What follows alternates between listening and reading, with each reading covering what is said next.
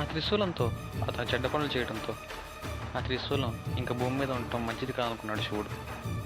దాన్ని తన దగ్గర తీసుకెళ్దాం అనుకున్నాడు. కానీ దానికి ఒక మనిషి కావాలి.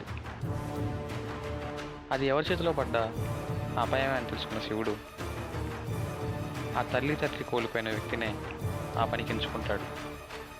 కానీ ఆ తల్లి తండ్రిని కోల్పోయి శివుణ్ణి అంతలా వ్యతిరేకించే వ్యక్తి తను అనుకున్న పని చేయగలడు.